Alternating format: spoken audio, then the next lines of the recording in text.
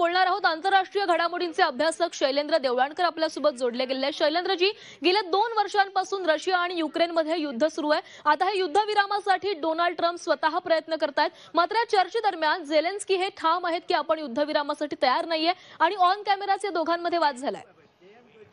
Donald Trump यांची 3 प्रामुख्याने उद्दिष्ट आहेत। पहिलं उद्दिष्ट हे आहे की अमेरिकेचा जो संरक्षण खर्च आहे तो 50% कमी करायचा। त्यांचं दुसरं उद्दिष्ट असं आहे की जागतिक स्तरावरती एक अण्वस्त्र प्रसार बंदी करार करायचा।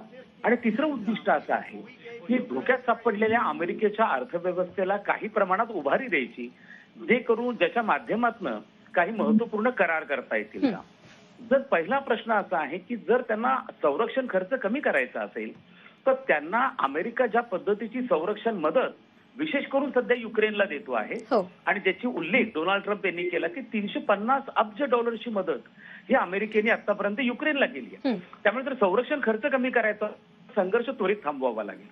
दुसरं असं आहे की जर तुम्हाला जागतिक पातळीवरती एखादा मोठा अण्वस्त्र बंदी करार करायचा असेल तर तुम्हाला रशियाला बरोबर घ्यावं लागेल। त्यामुळे त्यांना रशियाला बरोबर घ्यायचं, त्यांना रशिया युक्रेन युद्ध थांबवायचं आणि त्याच्याबरोबर त्यांना युक्रेनकडनं एक मोठं डील पाहिजे आहे। जे डोनाल्ड ट्रम्प यांनी सांगितलं की अमेरिकेकडे नैसर्गिक गॅस आहे, अमेरिकेकडे तेल आहे, परंतु अमेरिकेकडे आवश्यक असणारे जे मिनरल्स आहेत, जे खनिज संपत्ती ते अमेरिकेकडे नाहीये, विशेष करून युक्रेनकडे लिथियम आहे।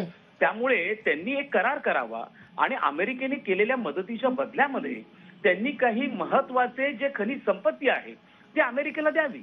खरं तर झेलेन्स्की अशा स्वरूपाने तयार झाले होते, मात्र डोनाल्ड ट्रम्प यांना अमेरिकन मीडिया पुढे ही खडाजंगी दाखवायची होती, जेणेकरून झेलेन्स्की कसे चुकता आहेत, पुतिन हे कसे चांगले आहेत, बायडन आणि ओबामा कसे खराब होते हे दाखवण्याचा प्रयत्न खरं तर त्यांनी केला। कारण डोनाल्ड ट्रम्प यांना ड्रामा आवडतो, त्या पद्धतीने केलं। खरं तर तुम्ही बघाल तिथे व्हाईस प्रेसिडेंट पण उपस्थित होते, व्हाईस प्रेसिडेंटनी देखील थोडंसं प्रोव्होक करण्याचा प्रयत्न केला झेलेन्स्की यांना। आणि खरं तर झेलेन्स्कीचं पण चुकलं, झेलेन्स्कीने या सगळ्या प्रश्नांची उत्तरं द्यायची गरज नव्हती, परंतु त्यांनी उत्तर दिलं, त्यामुळे खडाजंगी वाढत गेली।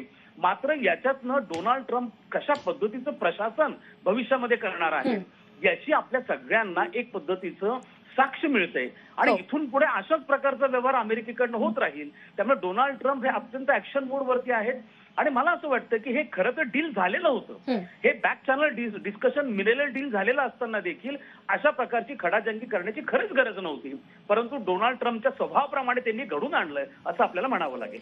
नक्की शैलेंद्रजी, तर एका बाजूला युद्धविरामासाठी प्रयत्न करायचे, झेलेन्स्कींना चर्चेसाठी बोलवायचं, मात्र चर्चेला आल्यानंतर त्यांच्यासमोर ऑन कॅमेराच वाद घालायचा। त्यामुळे डोनाल्ड ट्रम्प यांना नेमकं काय सिद्ध करायचं याची चर्चा सुरू झाली आहे। धन्यवाद तुम्ही दिलेल्या सविस्तर प्रतिक्रिया।